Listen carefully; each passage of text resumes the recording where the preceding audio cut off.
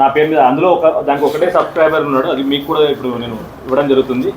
ఈ విధంగా company managing director నేనని, ఆ ఏడిఎంఎస్ ఈబైక్స్ పేరు మీద ఒక 40,000 కోట్ల స్కాము చేసినట్టుగా నేను రేవంత్ రెడ్డి గారి ముఖ్యమంత్రి గారు అనుచరునని, సీతకు చాలా దగ్గర అని చెప్పేసి టీఆర్ఎస్కు సంబంధించిన కొన్ని ఫేస్బుక్ పేజీల్లో, ట్విట్టర్లలో, వాళ్ళకి సంబంధించిన కొన్ని ఛానళ్ళలో ప్రచురితం అవ్వడం జరిగింది.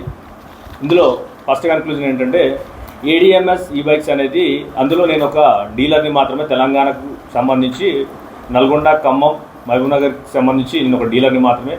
ఆ కంపెనీ కర్ణాటకకు చెందినది.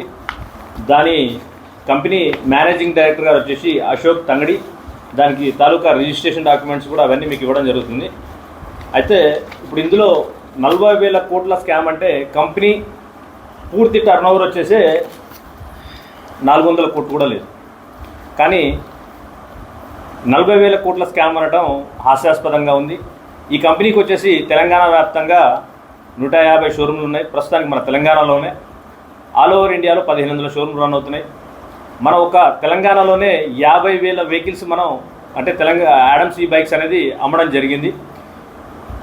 దీన్ని కొంతమంది దుష్ప్రచారం చేస్తూ ప్రభుత్వాన్ని అప్రతిష్ట పాలు చేయడం కోసం టీఆర్ఎస్ ఫేక్ సోషల్ మీడియా దీని అనేది బయటికి తీసుకురావడం జరిగింది. అదేవిధంగా ఇటువంటి వాటి మీద ఆల్రెడీ కంపెనీ తరపు నుంచి కూడా లీగల్ నోటీస్ పంపించడం జరిగింది. ప్రతి ఒక్కరికి కూడా ఎవరెవరైతే ఇవి ఫార్వర్డ్ చేస్తున్నారో ఫార్వర్డ్ చేసే వాళ్ళకి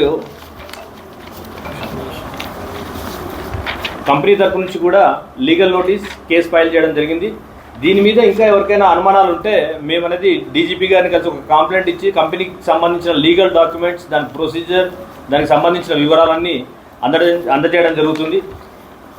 ఇది పూర్తిగా జెన్యూన్ కంపెనీ అని చెప్పేసి, దీనికి సంబంధించి ఇది మన పక్క రాష్ట్రమైన ఆంధ్రప్రదేశ్లో సెల్ఫ్ ఎంప్లాయ్మెంట్ స్కీమ్ కింద ఆంధ్రప్రదేశ్లో అంటే గవర్నమెంట్ వెబ్సైట్ ద్వారా ఉపాధి అవకాశాలు అనే ఒకటి మనం మీకు కూడా చూపించడం జరుగుతుంది.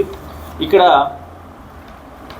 ఎటువంటి ఆధారాలు లేకుండా ఒక రాష్ట్ర ముఖ్యమంత్రి మీద, అదే శ్రీ శిశు శాఖ మంత్రి మీద, సీతక్క గారి మీద, నా మీద ఇలాంటి నిందలు వేయడం ద్వారా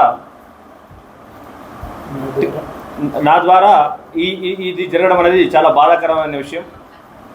ఇట్టి విషయంలో ప్రతి ఒక్కరి మీద మేము లీగల్ చర్యలు తీసుకుంటున్నాము. మా లాయర్ నోటీసులు కూడా పంపించడం జరుగుతుంది. మీకు త్వరలోనే కంపెనీకి సంబంధించిన డాక్యుమెంట్స్ అన్ని మేము అందజేస్తాం.